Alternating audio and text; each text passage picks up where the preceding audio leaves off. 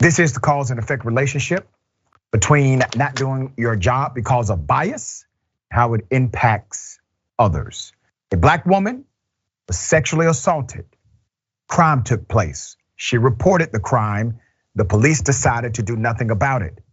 That same person ends up killing a white female who had influence, and all of a sudden, all of the resources of this police department go to work on behalf of the wealthy or influential white woman. Let's put up both of their pictures.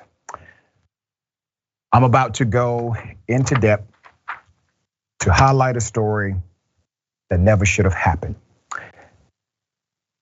A sexual assault victim is now speaking out after her rape kit stayed on investigator shelves for months, until after the man now accused of raping her was identified as the suspect in the killing of a wealthy white woman.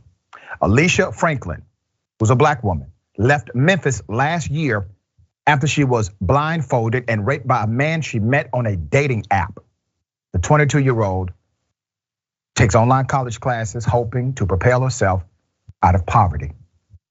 The same man was also charged with Eliza Fletcher's abduction and murder nearly a year later. Fletcher's grandfather founded a billion-dollar hardware company. DNA from her crime scene was tested in a matter of hours, according to the report. I was just an average Black girl in the city of Memphis, Franklin told reporters. I just think it wasn't a priority, as she was correct, based on the evidence we have now.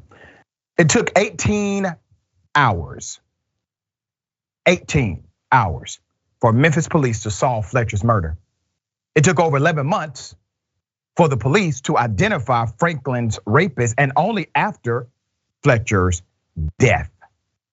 The man identified for both crimes was no stranger to law enforcement. Fletcher's husband reported her missing on September 2nd after she had not returned from her daily run near the University of Memphis. Reports show investigators removed video surveillance of Fletcher's kidnapping within hours. Cleotha Abston-Henderson was arrested the next day. When Franklin reported her rape to the police, which was September 21st, 2021, she endured an examination at the Rape Crisis Center. She tried to pull up the man's profile for investigators on the Plenty of Fish dating site, but it was already gone. The rape victim gave detectives the man's phone number. They took Franklin back to the crime scene, but left without collecting fingerprints or her cell phone. But she told them the predator had touched. They did not bother to investigate. There's more. Franklin believes the missing steps could have solved the case and put Abston-Henderson behind bars months earlier. Even some of the law enforcement community also agree. Two former lead Memphis detectives told reporters that investigators could have nabbed this predator months earlier if they simply canvassed the neighborhood where Franklin was raped. That's it. That's all they had to do. So what do we have here? There's a clear bias in how the young Black female was treated when she reported this crime that happened to her. She did all of the right things afterwards. She endured the investigative mandate of having the rape kit done.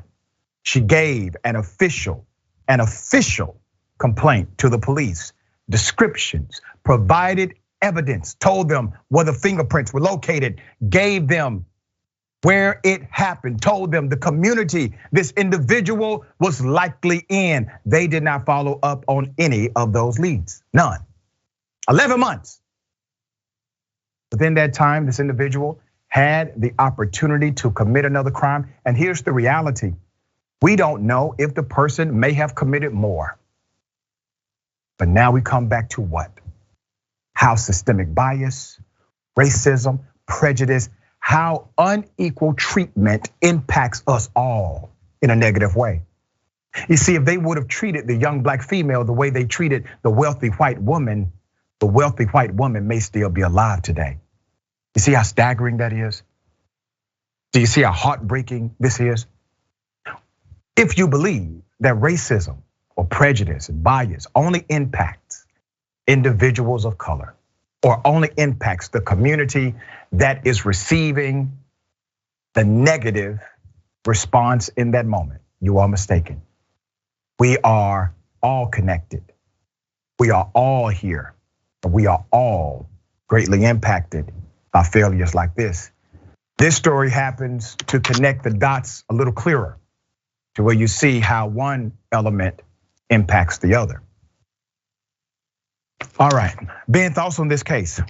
Yeah, I mean, there's so many layers to this, but I guess it touches on like really one of the central components that a lot of abolitionists and the people in the defund crowd point out when it comes to our policing system. The current system of policing that we have, one, fundamentally doesn't trust women and especially doesn't trust black women because there's institutional racism that plays a huge role in the culture of policing across the country. But then there's also just the layer of it being re-traumatizing the way we go responding to these things. People often talk about the backlog of rape kits and they'll assume that has something to do with funding when in actuality it has to do with the police culture, which is why so many people in the defund crowd are calling for new institutions to replace specific roles when it comes to policing so that hopefully we could maybe have an institution that their goal is to take care of the victims, to have a care mindset that is presumption of believing them and actually like investigates these things. Because ultimately, if she had his phone number, even a little bit of effort would have been able to find him right away. Because all you need is a warrant to the mobile carrier, and the mobile carrier, I can pretty much guarantee, has records of their location, where their cell phone was, that could trace down the neighborhood that they were in, who they are, and all that information about them to like build a case. But that all depends